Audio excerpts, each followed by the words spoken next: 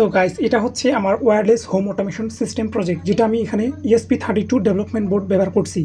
এবং এটাকে নিয়ন্ত্রণ করার জন্য কোনো ধরনের লোকাল সার্ভার, কোনো ধরনের ইন্টারনেট, কোনো ধরনের ব্লিং অ্যাপ কিছুই লাগবে না, শুধু লাগবে এরকম একটা ট্রান্সমিটার। এটা আমি ESP32S3 development board, OLED display, দুটো পুশ বাটন এবং আরও কিছু এখানে অ্যাক্সেসরিজ আছে, যেরকম মোবাইলের ব্যাটারি এবং আরও কিছু। তো এটা দিয়ে আমি তৈরি করছি ওয়্যারলেস হোম অটোমেশন সিস্টেম। তো এটাকে আমি এখন চালাবো। এটাতে আমি এখান থেকে কমান্ড দিব। বর্তমান কিন্তু দুইটা রিলে আমার অফ আছে। তার আগে আমি একটা কথা বলতে চাই, এখানে কিন্তু লেখা আছে R1 R2, অর্থাৎ এটা হচ্ছে রিলে 1 রিলে 2। তো আমি এখানে প্রথমে ফ্যানটাকে ঘোরাবো। এটা আমি একবার ক্লিক করব।